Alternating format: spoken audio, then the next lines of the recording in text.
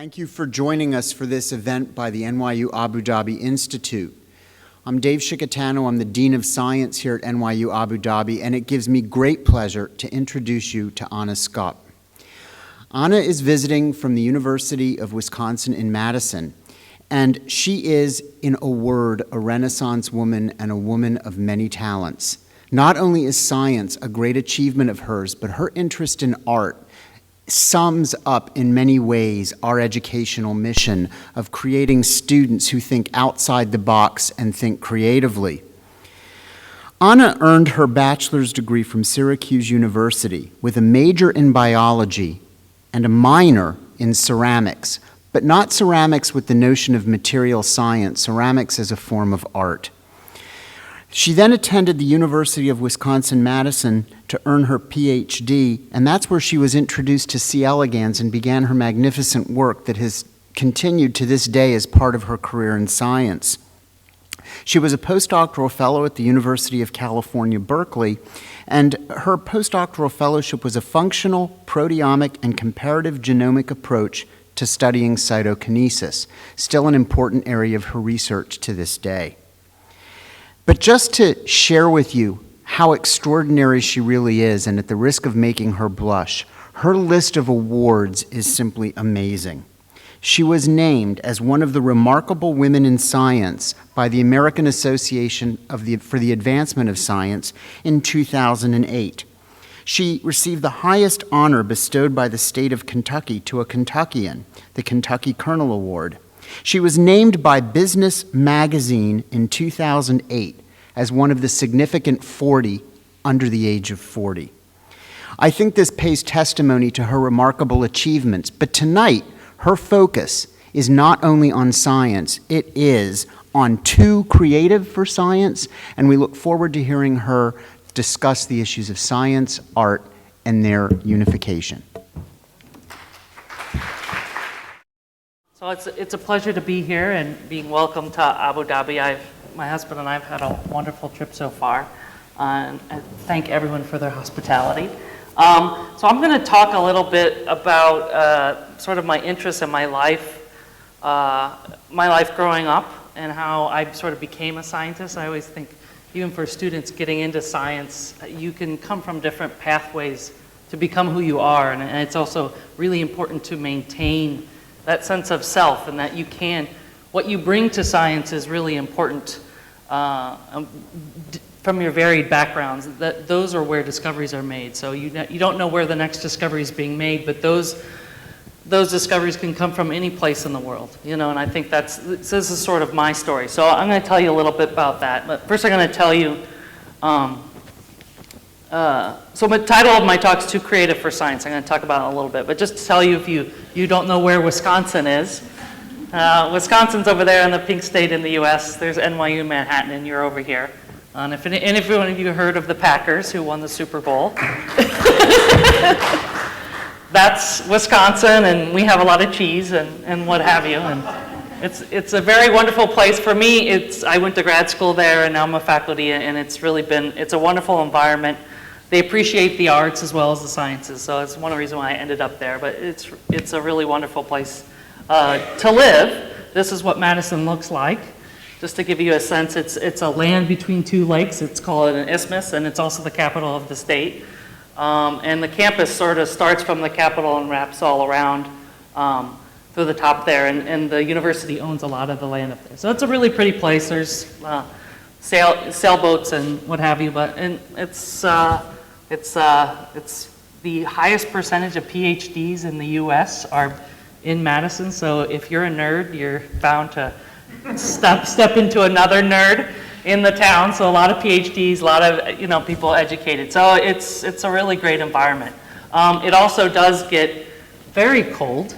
The lake does freeze over, and one year the students built this sort of statue on the lake, on the frozen lake. So to show you sort of a comic humor. And then this was done, I forgot, my husband, it was done sort of in the 70s or something. They built this on, and then someone found it in a garage, and they found it again and put it up. So we do a lot of things on the frozen water. There's ice fishing, and then there's sailboats, and you can do tons of activities. So it's definitely, whether it's summer or winter, we do a lot of fun things in Madison.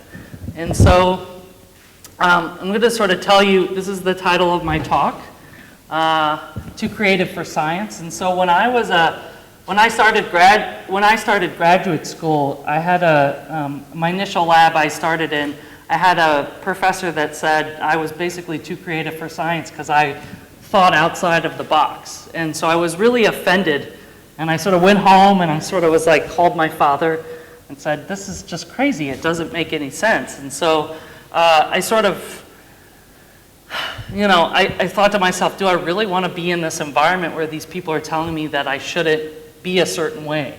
And so I sort of was self-reflective for a while and thought about why I wanted to do what I really had a passion for science.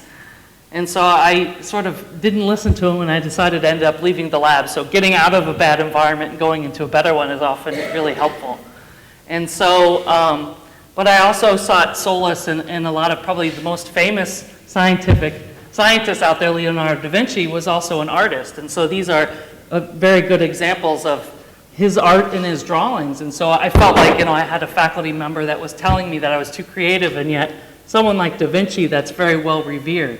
So I sort of said, well, okay, he's wrong, and I'm not wrong.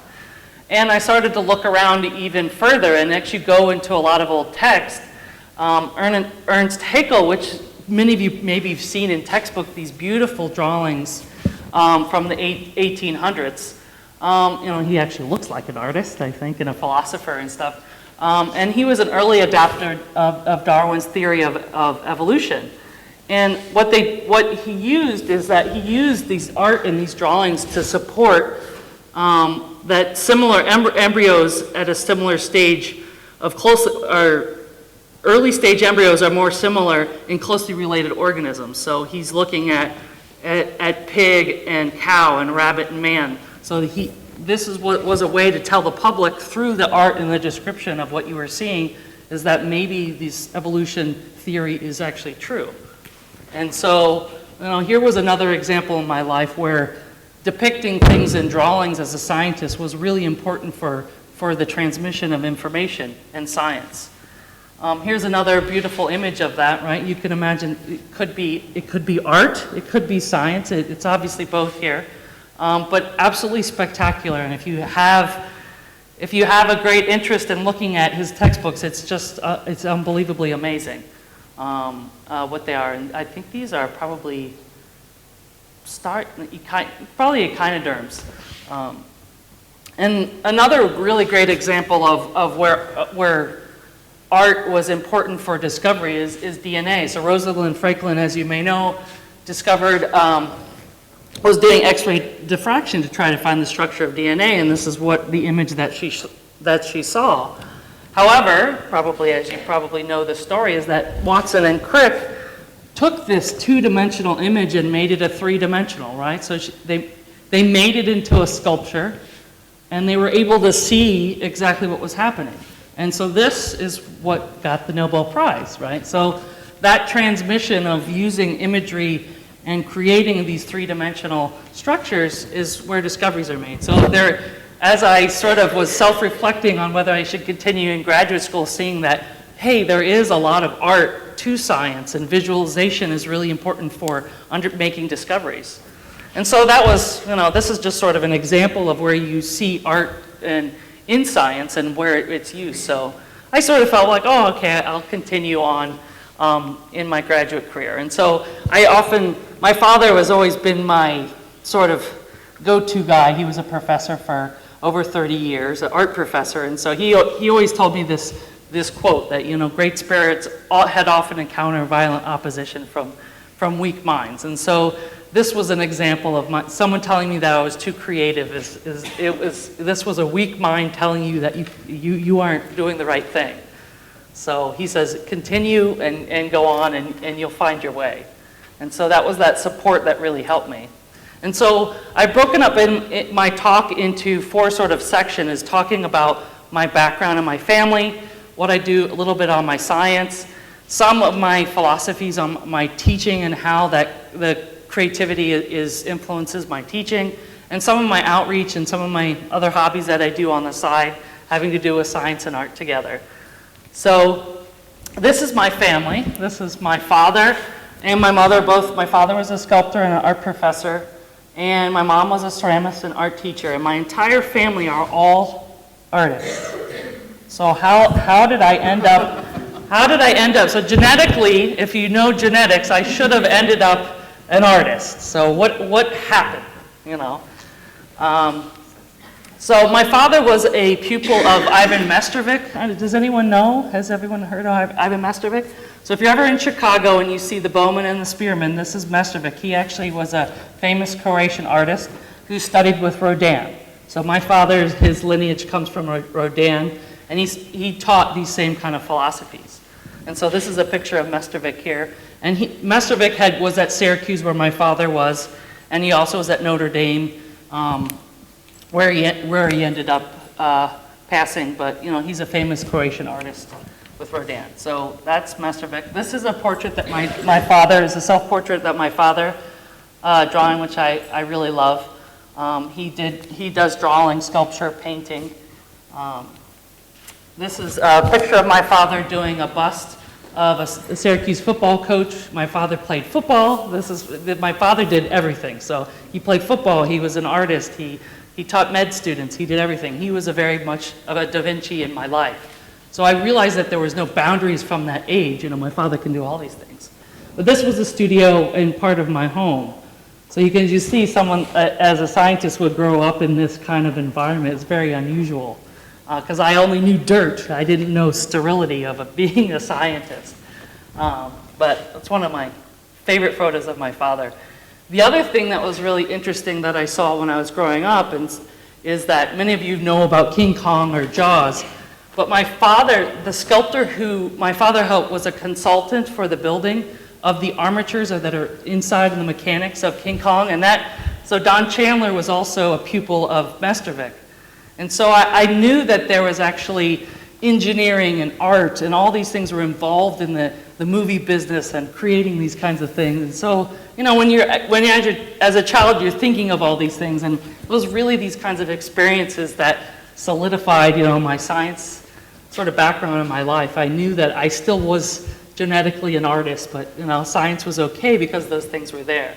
And so that was a, you know, very cool experience to grow up with in the studio. This is a picture of me at 2 years old up here, and this is sort of my family I grew up with. These were people from actually all over the world would come. We even had someone from Saudi Arabia study with my father, Japan, all over the place, all over the world would come study with my father. But every summer it would be something different, and so it was an amazing, exciting environment. It was sort of like a little mini college at my house, and it was a school, but you know, I got to meet all these people, philosophers. You know, it was just it was a really exciting life. I didn't know any different, right? If you grow up in this, you don't know any different. When you go to college, you realize, oh, you didn't have a school at your house. Obviously, you didn't have these students all over your house. So I realized it was really something special, and something that, you know, my brothers and sisters and I really was, you know, we want to have our families the same way, but we realized that we won't have what my father had given to us, and it was a really special time in our life. This is a picture of my house. So it's an English Tudor home. It was built in 1923. So again, I'm living in an environment of an unusual person, I guess, in America. And if all of you know about the ivory soap bar, that was the first carving of the soap bar was carved in my house, and the artist who built that did the first carving of the ivory soap bar. So there's a lot of history to that. And around the house, there's Julian Bechtold, who was the artist who did this carving. He did a lot of there's sort of reliefs and frescoes and different things. And my father also has different artwork around the house as well. This is the front yard, and so we have sculptures on our front yard. This is not all Americans have this, but you know, this for us living in this home, people thought we were the crazy people, the unusual people, and you know this. But this was my environment. You know, this is, you know, how does someone become a scientist, you know, from this environment? Here's some more reliefs of what my dad did in the studio, and here's the backyard. So we had sculptures around the house. And in there, my father, being a jack of all trades, or a Da Vinci kind of man, he did landscaping, he did a lot of this stuff, and inside it, he was always very much into quotes and inspiration, and you'll see I sort of like to use and pepper these kinds of quotes as well. And so one of the things that one of his favorite quotes in there is that every child is an artist. And I think that the problem is how do you remain that when you grow up? And it's like, you have this immense creativity that you're born with, but what happens is you go to school and they tell you you can't do something or you can't do this. And that's just sort of a wrong way of thinking, in my opinion. We should really let the boundaries go and let the child tell you what they can do and these kinds of things. And so that sort of has molded just my teaching philosophy and my thinking in life.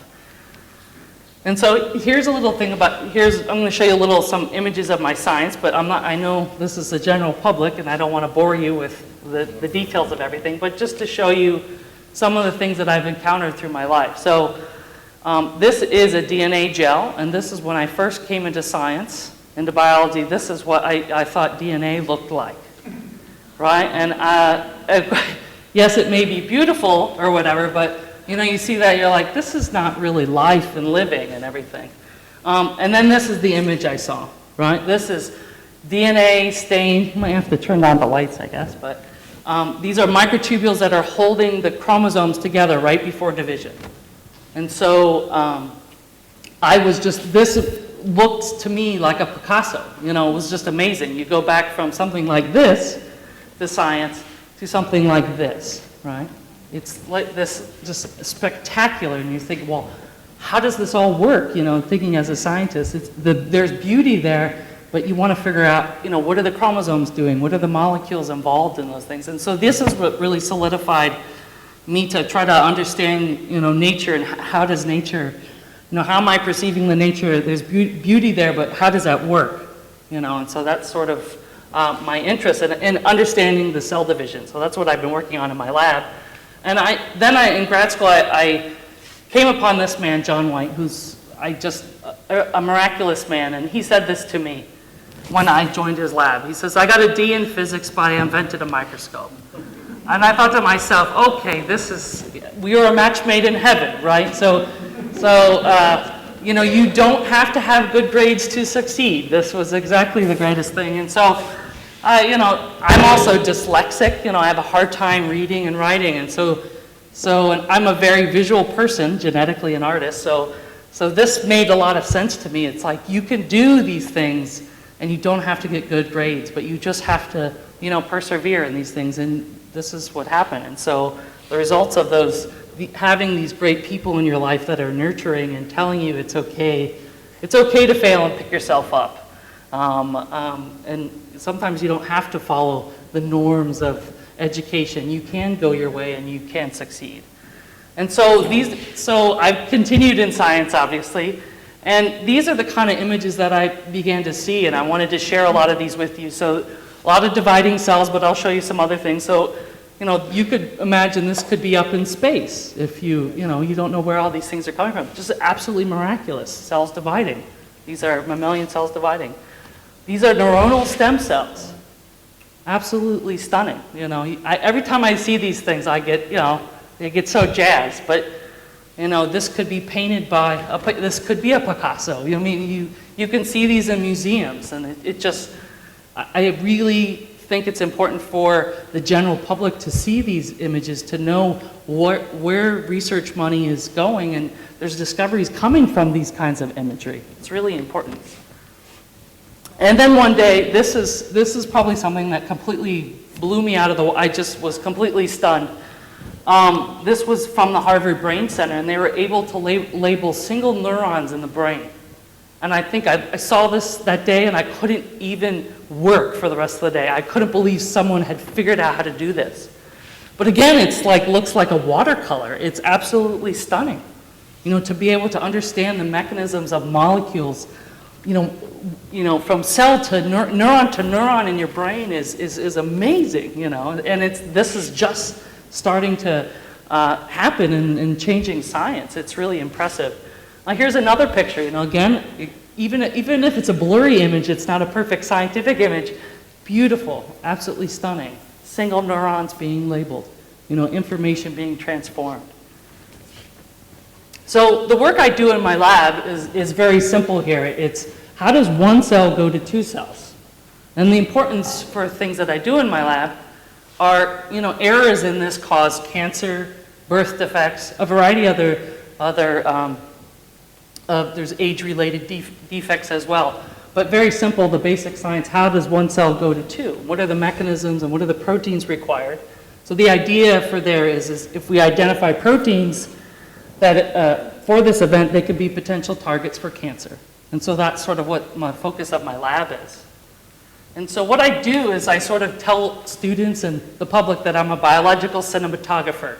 I put embryos on the scopes and I make videos of this happening.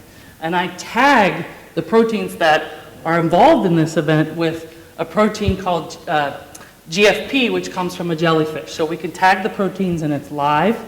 And these are labeling these are labeling two proteins here. You have the DNA, and then you also have the microtubules. And so we can watch these events live as they're happening and videotape them in real time. And the other thing is I use a worm called C.elegans that divides very rapidly. So human cells normally take 24 hours to divide. C.elegans is 15 minutes, and so we can watch these really, really quickly on the microscope and then perturb them and knock out genes and see actually what happens. And so I think it's always important to know where your place in science is before you start to study it. And this was another thing my professor had said to me, is that, so I went to go find out who studied mitosis. And Walter Fleming is the father of mitosis. And so he sketched the first, that cell division I just showed you in 1874, probably with a very horrible microscope, sketched the very first picture of the cell cycle. You imagine it probably took him months to do this, but I showed it to you in seconds, right? And so he coined the term mitosis, which you see in textbooks. And then he discovered this thing called the midbody, which is that little point between the two cells when they divide. And that's sort of the work. I've been studying the structure for many years.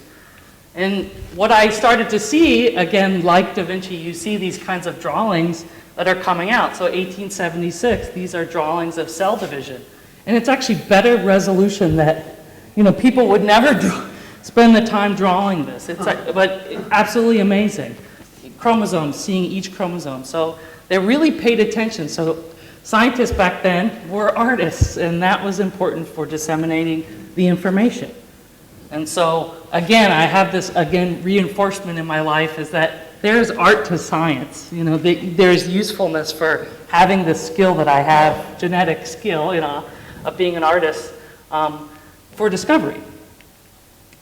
And again, you can look at something, that was in 1876, looks just like it does nowadays. This is an image from today. So, impressive, even more impressive, I think, for the 1800s to draw something like this, and then you can get the image with the technology here. So what Fleming had found in 1891, he had shown this drawing is that all cells have this little midpoint. So that red arrow is pointing to that little midbody point, and he said that structure is very similar to that of the cell plate in plants. And many of you know that plants form this little cell wall, but animals actually are constricting their cell. And so I was very curious about that, and a lot of people had forgotten about this structure. So, and this is where that midbody is in a mammalian cell dividing. And mammalian cells will actually divide and crawl away from each other, and then you get the division. And it's a little canal with a bunch of proteins that are inside of it. So here's the midbody there. And so this is a structure I decided to isolate and use genomics and proteomics to try to extract all the protein information from that structure for hopes to finding new targets for cancer. And so this is sort of the strategy. I know this may be somewhat over your head, but we synchronize the cells just to give you an idea visually what this looks like. We take these cells and synchronize them using compounds that are normally used actually in the cancer field.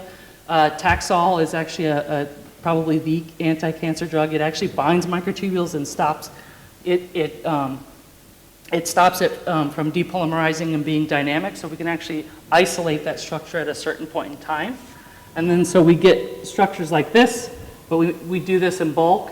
And then we're using proteomic protein sequencing. So what it's basically doing, if you know about DNA sequencing, you're getting information back about the codes that code up your genes, and the same thing for, what are the amino acids that are making up these proteins. And we do various bioinformatics, and then we go into C.elegans. And the reason why we use C.elegans is that we're going to knock out genes in C.elegans because we can't knock out genes in humans, right? Because that's not ethical, right? Or no one's going to step up the plate to knock their own genes out. And then we knock out genes and we make these. This is another version of the video. Just light can actually be transmitted through the embryo, and we can watch the division process happening there. And so we're taking this sort of strategy to identify new proteins required for division, but we're assaying it using this little nematode worm. Let's see. So here are these mid-bodies that we isolated. We're doing biochemistry. A thing I don't know, many of you know, cells that are grown in culture are actually aneuploid, or they're sort of cancerous because they're dividing out of control. So sometimes you get four cells happen in division because it's already failed in division. So a cancer cell has too much DNA in it. And so sort of that middle cells, you'll find these, it's called the tetrapolar spindle because there's 4 poles to it and you get the DNA. But it's the same structure, same proteins are required for it. But these are what the mid-bodies look like. Here's the worm I work with. It's a millimeter long. It's at the tip of a pinhead. And inside, I don't necessarily work with the worm, but I cut it open in the middle, and you'll see little embryos there in the middle, little cells. Those are about 30 microns by 50 microns in size. So we use a little mouth pipette and move these things around. And then you'll get an image that looks like this. So what's happening here is you're seeing an egg pronucleus meet with a sperm. So this is where all the exciting things happen. Egg and sperm meet, and this is life, right? And then division happens. And this is something, at least for someone who's very visually stimulated with learning and stuff, I can watch this all the time. It's just constantly. And the cool thing is this is only an hour and it's already up to all these divisions. A human cell would take it takes 24 hours just to divide once. So you can see it's really rapid. And the really neat thing about this is you can actually continue videotaping this, and then the worm will hatch. So you can watch the whole adult worm happen. So it happens really fast, and it's exciting. And the worm only lives for 2 weeks, so this is all happening much more rapidly than normal. And so this is sometimes we put these things in montages instead of looking at videos. You can go from one cell to the adult. You can watch it hatch on the microscope. So here again is that movie, and so then again we tag proteins that we're interested in seeing, anything involved in mitosis, and watching the division process happen. And again, I think for most of you who are not familiar with this, just looking at this, you'll see everyone's transfixed with it. It's something that is so exciting to me that I think for the general public, this is very easy to understand and appreciate, is that we're able to see this thing happen live, and when we knock genes out, we'll be able to see what happens when those proteins are removed. So here's an example of that. So we can actually take both images now. This is a different kind of microscope, but you can watch the cells divide here, but also look at this labeled proteins in here. And so this is a protein that was identified in human cells, in mammalian cells, and we found a similar gene in C.elegans in the worm and knocked it out. And so what happens when you knock out this protein? The cell no longer divides properly, and you end up with too much DNA in it. It's like a tumor. So this is like a tumorous cell, and the embryo dies. So you end up with 2 nuclei here, and it continues to divide out of control. And it doesn't really know what to do, but eventually it will just die and sort of poop out. But we can watch this in real time and actually know and try to figure out exactly when the failure is happening and then try to understand the mechanisms of how that protein, when it's depleted, what happens. So that's sort of my research in a nutshell. A lot of things we do is we go do a lot of, this is confocal imaging, using these lasers to, when you excite these fluorescent tags on proteins and to see where they localize. So this is just a still image. I do live imaging, but also still images. But again, at least from the artistic standpoint, you could see this is absolutely spectacular images of cells at different points in the cell cycle. But we can gain information from it, but also, you know, respect the beauty of the cells just in general.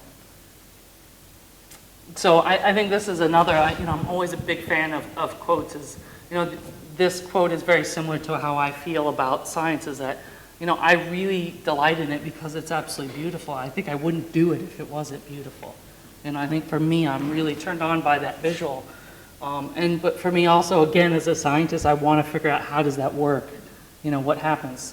And then the application for the general public is, you know, will that be important for health reasons for cancer?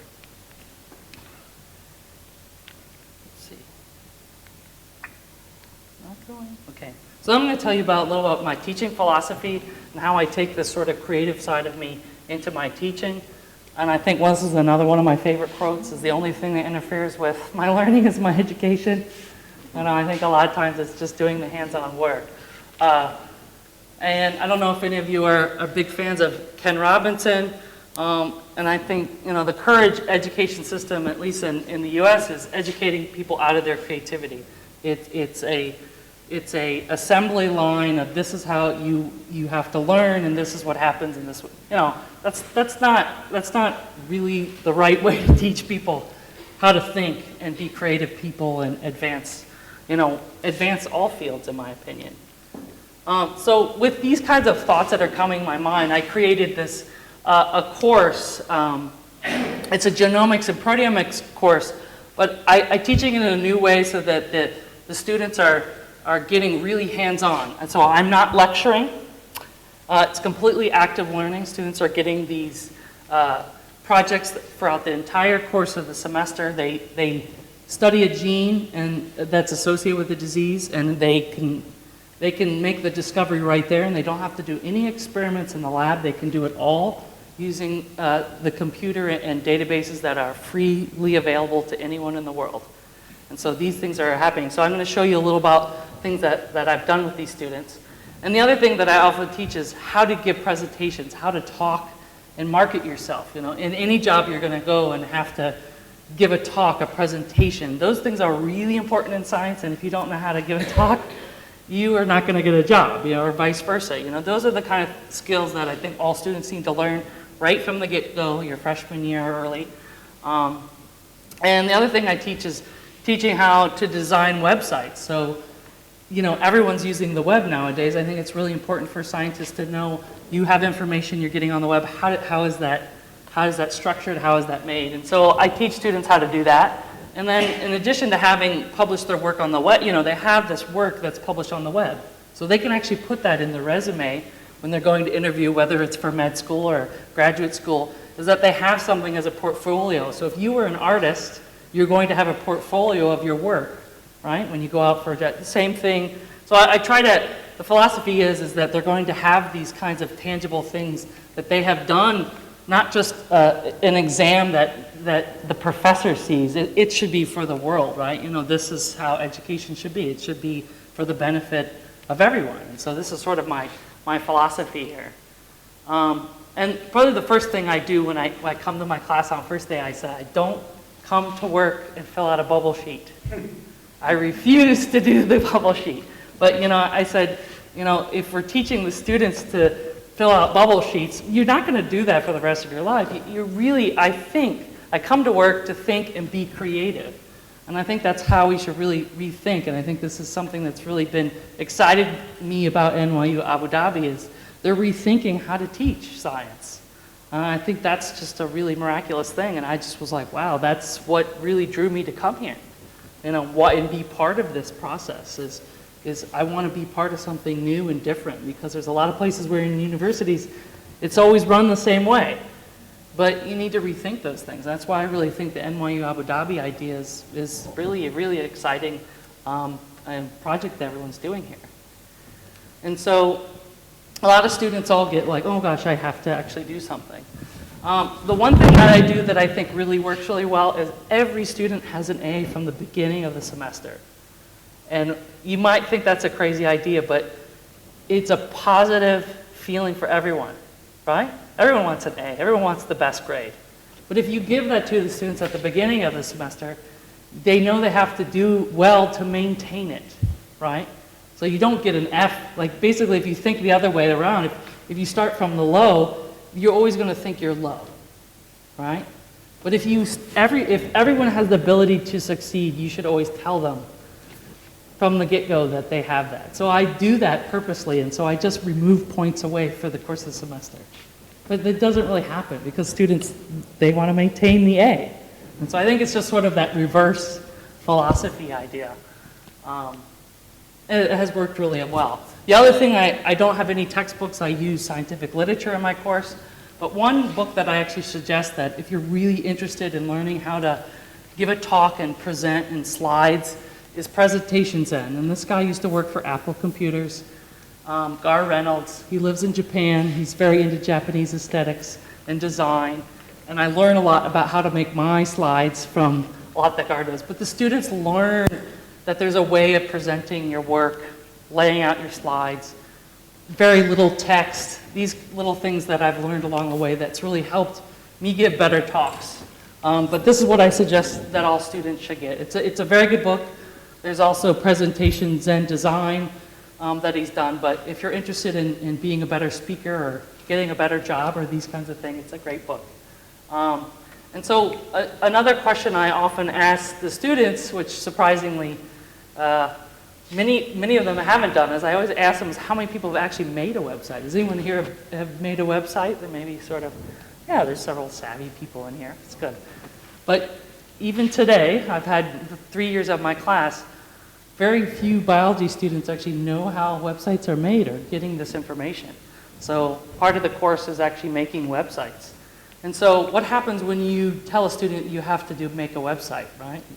But they look at you and go, oh my gosh, you know, in addition to learning the science, how am I going to do that? But there's a website, there's a lot of freeware out there. Weebly is one that I use because it's free for the course. And this is what happens when you have a student who's never made a website. So the student, Jessica, chose the gene BRCA1 for breast cancer. And so she's created sort of like a Wikipedia kind of site for this gene and disease. And so she has all these things put together, but you know, they're all different. I'll show you a couple more examples. But for me, this was my first year on the course, and you get something that's these amazing kind of outputs that are useful resources for the world and for anyone in general. Here's someone did baldness. For any of you bald people out there, there's George Costanza. This student had, all of the men in his family were bald, and so he wasn't bald yet, but he decided to do this. But you know, these are projects that mean a lot to them. And when they have ownership with their project, it's a better result, right? And so, I don't know, he just did an amazing job. But, you know, I like to include the humor, include YouTube videos, include the life into this project, and you end up getting these amazing results. So here's another one. This girl had dyslexia. She decided to pick a gene involved in dyslexia. Someone who struggled in school, she got an A. You know, she just always was a B or C student, and she was one of the best. You know, and these are the students that get lost along the way. That's sad if they're in this assembly line education system. And so that's a great thing. The other thing that I do, so this little map, a lot of you have seen these on websites. These are the hits, right? So here's a student doing a project on gene and disease. This is, you know, as you may think, a piddly little project, but this is what people are looking at the work. It's important to people around the world, and the students see this and they get so excited that people around the world are seeing it. It's not just me, so I'm not grading it, it's the world's grading it. So what happens is the writing is better, right? The students aren't turning in papers to me to grade. they know that the world's going to read their spelling mistakes. So what happens is everyone's good, right? It actually solves all of my grading problems. It works really amazingly, but they all sort of vie for who's the farthest person, where's the city from the farthest place from their site. But once I started doing that, it changed all of the writing. It was miraculous. And so the grading actually helps. Here's an example of just someone chose narcolepsy. He was putting YouTube videos, including these YouTube videos into there. Narcoleptic dogs, these examples. These are real-life things that mean a lot to other people, and so they create interest to the reader. So that's really, for me, the past 3 years that I've divided this course. It's just students love it because they have something to show when they go in the interview. Most of them, half of them will go to med school, and in the interviews they say, if you can cure any disease, what would it be? Oftentimes they choose this because they know this project that they've done throughout that semester. And they come running back to me all excited because they were able to do research on something that was meaningful to them and that they can share it with other people. And here's just, and so what I do at the end of the semester is also, after you've done research, you want to go, what's the next question that has to be answered? And so from the data that they have is they propose what they're going to do next. If they have all the money in the world, research funding or whatever, if they have all the money, what can they do? And sometimes they'll say, well, where am I going to find that information? I said, well, you have to come up with it yourself. And so pushing that, something that I do at work that I love is what are we going to do next in the research? This is the kind of thing I try to teach in this course, is try to get them to think about those things and how do I piece all that information together into these kinds of questions. But it works out very well, and they all defend their stuff and they give a talk or presentation. They all get nervous, but I'm amazed. In 3 years, I've had 60 students. Almost absolutely everyone, these projects, you can all get them on the web through my website and look at the teaching course. Amazing, amazing work. These are all sort of gene and disease models that anyone could go look at. I've had students, I don't know if I have another site. One of the other things that I've done is also, again, in the importance is peer review, right? When you send a paper, you have other scientists read it. So this also helps with my grading, is your classmates are grading you too. And so this also increases the grade, the level of how well the research is actually done. So at least, for me in this course, it's been an amazing sight to see students come from, they can't make a website, they can't do this, they're very sort of this no attitude, and they just want to memorize stuff, to these amazing projects. And I think for something that I really love to teach, and seeing these undergrads blossom into these amazing people and independent thinkers and thinking on their own, and that's sort of what education to me is all about, creating these kinds of new thinkers. So I'm going to tell you about some of the outreach I do with the science and art. So, part of being genetically an artist, I have to do these things. So when I came to Madison, I went to the deans and I said, I have this idea for the installation of the building, right? So this is all an empty wall. I don't think I could sit in a room with an empty wall. It drives me insane. There has to be art on it. And so this is what happened in my building, and so the dean gave me $15,000, right? I was an assistant professor first year, and they had faith in me to do it. And so it's not a completely done thing, but this is in my building, in the foyer, and now what happens is there's tours coming into my building. These kinds of, coming to see. But this is all research that's being done on campus. It shows students what we're doing, what we're investing in, these kinds of things is this discovery. But, all very visual, things that are beautiful.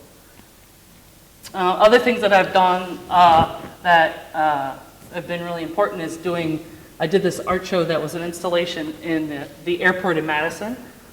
These are just pictures from it. And so this ended up being the most popular show at the airport ever. This is the biggest airport, but everyone loved it. The science art community, people coming in from all over the world, absolutely loved this show. It got written up in the, PBS called me, and Chicago Tribune, NPR. It just was the amazing response to it for someone who got this too creative for science. comment, this is my talk, is that I've got all this press for doing these things that I love, right? You know, these are the things that you should be passionate about. So there are people out there that appreciate it. You know, even though you encounter these sometimes strange comments that you're too creative and you shouldn't be in science, this is what can happen when you allow someone to do these things. You know, this is a perfect example of it. Something else that goes on in my lab, I like to have a lot of different kinds of people in my laboratory. I have a first grade teacher in my lab that would come in the summer and do research. Troy Dassler is probably one of the most amazing Wisconsin elementary school teachers who came to my lab. And he actually purchased, he got a grant from the National Science Foundation to get these little, they're about $200, these video microscopes that you can use it in grade school. He has a first grade science class and do video microscopy. And so you can actually buy these on Amazon. Absolutely amazing. So these are pictures that the first grade students are making with this microscope. You know, and he wanted to come into my lab. It's just amazing. You know, if you want a first grade teacher, this guy's like one of the best I've seen. You know, he really goes out of the way and tries to get grants and money. Very simple, cost-effective way of teaching kids how science is done in the laboratory. And so he's really been amazing. And one of the projects we've been working on, which is sort of the title I show, is we're writing a children's book. We're coming up with a way of writing ABC children's book dealing with this E. coli I work on in the lab. And what we figured out how to do, and Troy and I figured out how to do, is print letters with bacteria. So this is growing, living letters. And we're going to sort of figure out each letter is going to stand for something else in science, but we figured out how to do this. So we're doing discovery here. This is how we make the letters here. So the too creative for science. So we went to the craft store and found these little letter stencils that we decided to dip them in the bacteria here. And then you place it on the plate, and then you grow it overnight. Yeah, replica plating. But you do the letters, and then we put our worms on here to grow, but you get these letters out here. Right? So, you know, it's sort of simple concepts, you know, that make a real difference. And it's really understandable for kids to see growing letters, you know, learning from these things. And so this is sort of Troy, our project that we're working on. And Troy always says, he's like, oh, I am not creative. I said, yeah, you have to be. This doesn't make any sense. And one day he came to my office and he said he gave me this. He painted, this is Anna in bacteria, right? So I thought to myself, this is an amazing portrait, you know? He drew a bacteria and it's growing, it's living me. I just was totally impressed, you know? I said, Troy, you know, this has just been it was an amazing collaboration, you know, of something we really want to get across from science and just doing these things. It's just, you know, we're drawing pictures of different faculty and bacteria and growing them, and it's very fun. You know, using a paintbrush to use E. coli is just, you know, who would have thought, you know? It's really fun. Anyway, it's been a really fun working with Troy and excitement for my lab. And so the other thing that I've done is I have undergraduate artists come to my lab and see the imagery that's going on in my lab and then taking that back into the studio and putting together artwork. And so Jonas came to my lab for a short bit of time, and these are images he came up. He was very interested in famine and these kinds of things.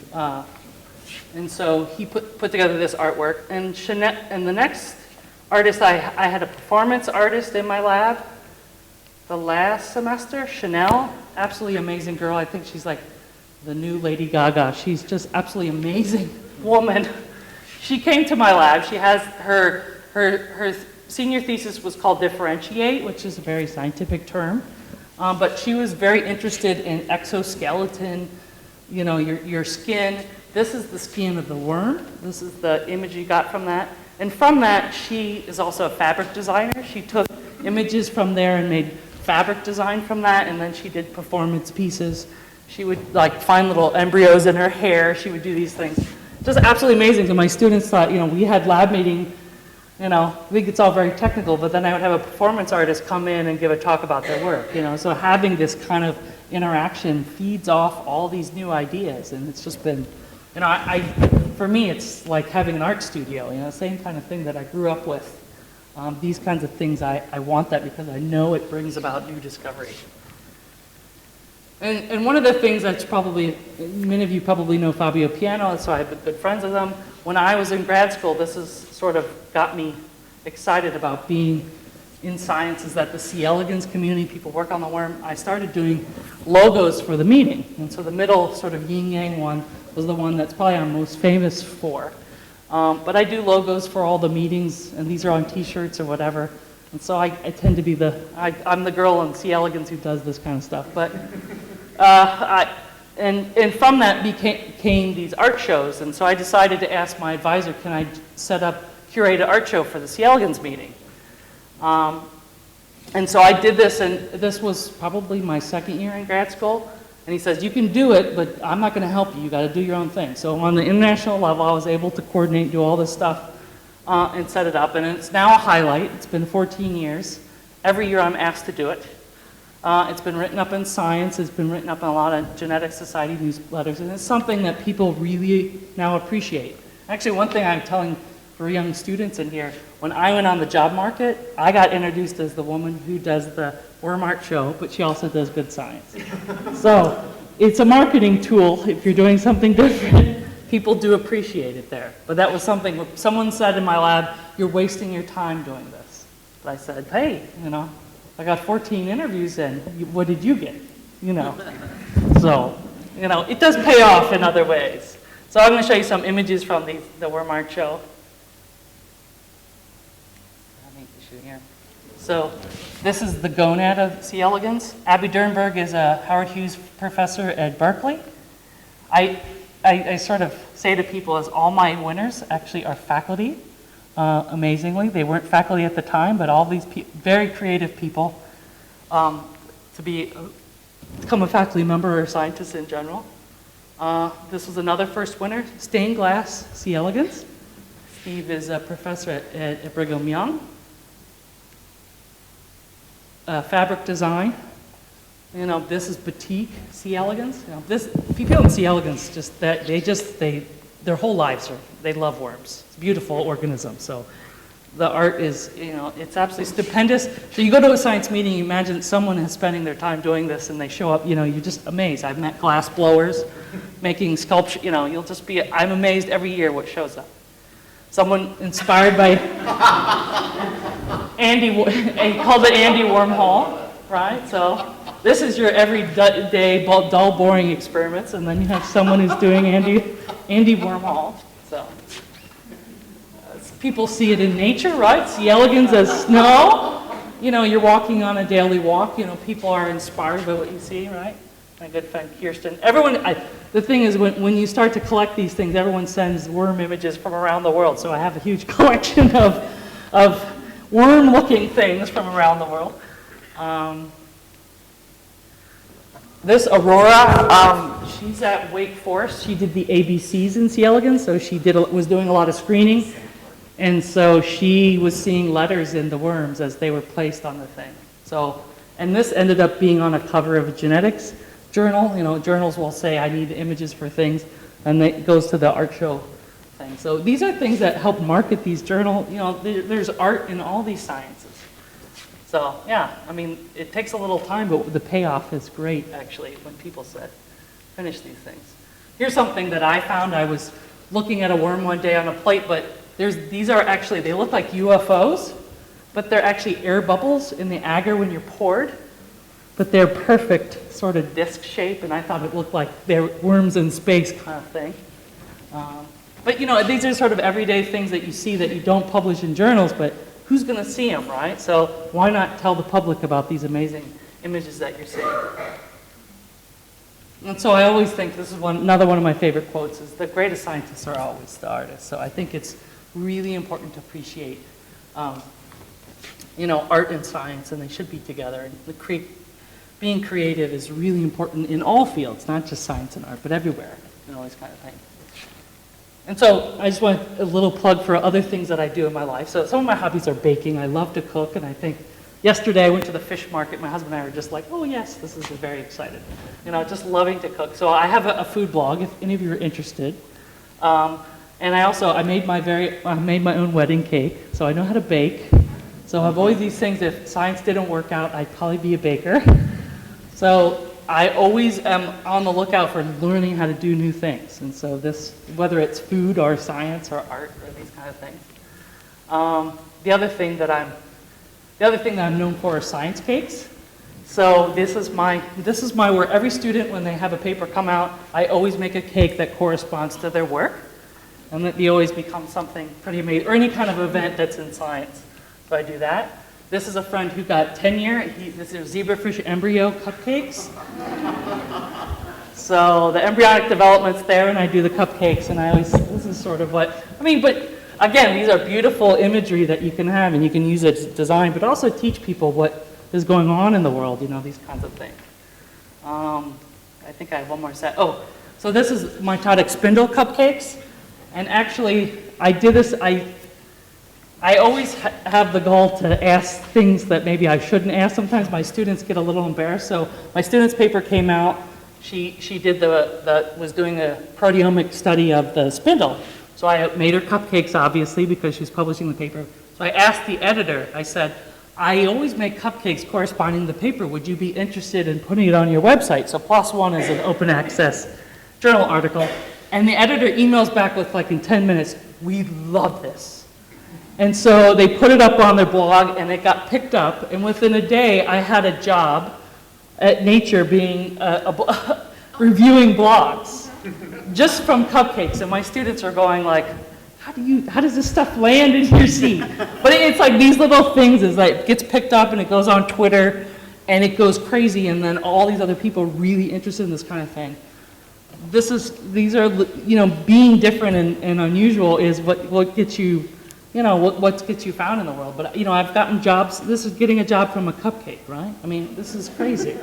Who knows? But, I have passion for baking, I have passion for science and art, and I use them all together in a lot of ways. But, you can end up getting a job for all your passions you don't know, This is an example of that. Yeah. So another great quote, again, this is near the end of my talk, is, you almost always should have this artistically creative imagination. I think it's really, really important in science. And then this was probably my most famous, this is the cover, this is my science cover. It's something that got me my job. But I was more excited because this is a billboard. So when I called my father and said, I got a science paper, but really the best thing is I'm a billboard, in all these cities. It was actually on the side of a building in South Korea. It's been in the Tube in London, in Berkeley. Everyone was running down. So it's like, for me, this is much more better than getting a science paper because the public was seeing this work. It's just for me. So. Anyway, so I hope all of you, sort of the Venn diagram is, I hope all of you can maybe sort of think of this thing as I always sort of am in this middle of sense of wonder between the two.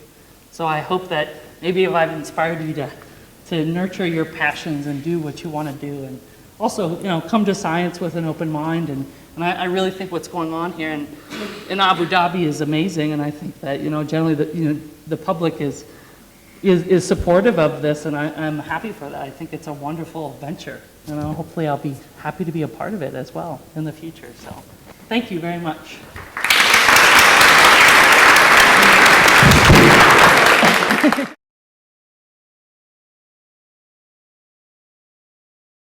Proteomics is the next frontier, right? And based on my limited knowledge, I heard that the trick thing is it's a three-dimensional. So can you give us some things that have you done in the three-dimensional space? No, I haven't done any. You mean with proteins? How they fold. No, I don't do any of that stuff. Yeah, that would be something I would collaborate with a biochemist, structural biochemist. But I don't do any of that three-dimensional protein stuff. I wish I knew how to do it, but something on my list I need to learn. But yeah.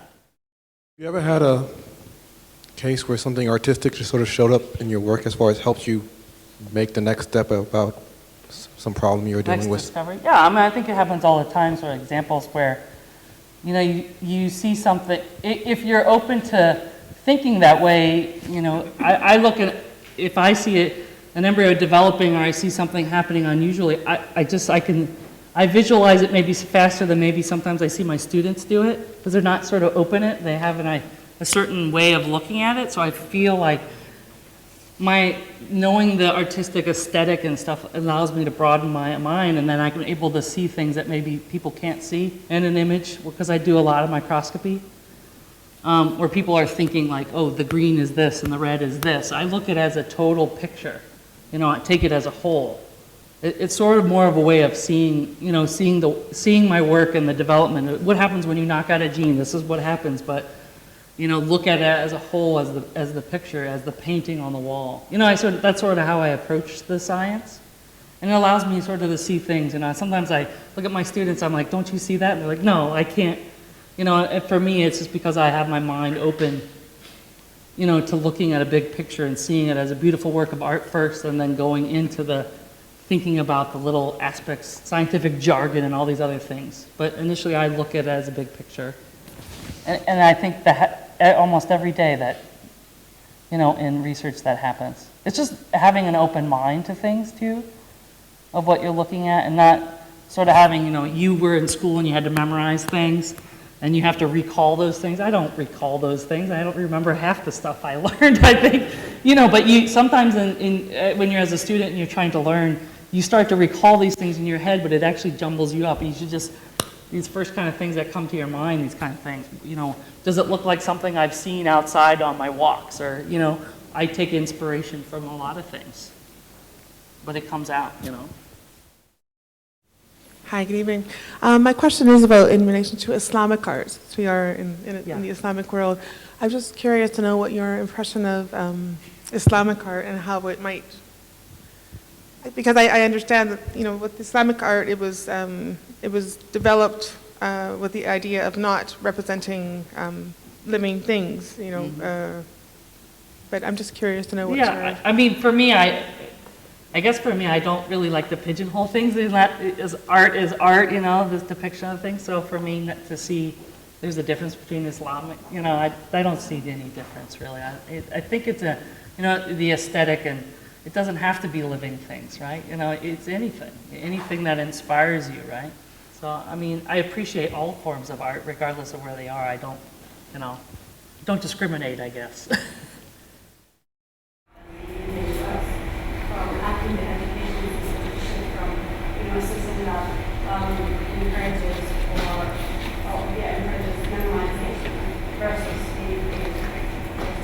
How do I think? Yeah, I mean, I know you're... How should it be done? I I think something like this at NYU Abu Dhabi is starting over from scratch. Not complete scratch, but being part of something totally new. I think it's really hard to break down those barriers at a university that's been going on since the 1800s, or however long, So it's hard to be at a university where I went to school and was trained. That's also was a difficult hurdle for me to become a professor, but to learn how to teach students again. All your other faculty are saying, oh, you're just going to lecture. I'm like, well, why should I lecture? Why should I waste my time learning something when I need that thing? Because I think you just have to step out and just say, this is how it should be done. But I think universities, I think a lot of universities are now rethinking the tenure system. So the tenure system is you are not judged on your teaching and your changes, your philosophy, that kind of thing. That's sort of secondary. You do it. But I think the problem lies in the promotional thing. So if I think more people were given a promotion and tenure for new ways of teaching and this kind of thing, if they paid an importance to it, people would do it. But, a lot of faculty say, I hate teaching, I don't want to do it, right? Because why? They're not being judged. They're not getting a promotion to that level for their teaching alone. And so a lot of people are just like, I don't care. So they don't care putting the time into changing those ways of thought, which I think is the wrong way of thinking. There are some proponents now doing away with academic grading to a certain degree, and what do you think of that? And I think it's a wonderful idea.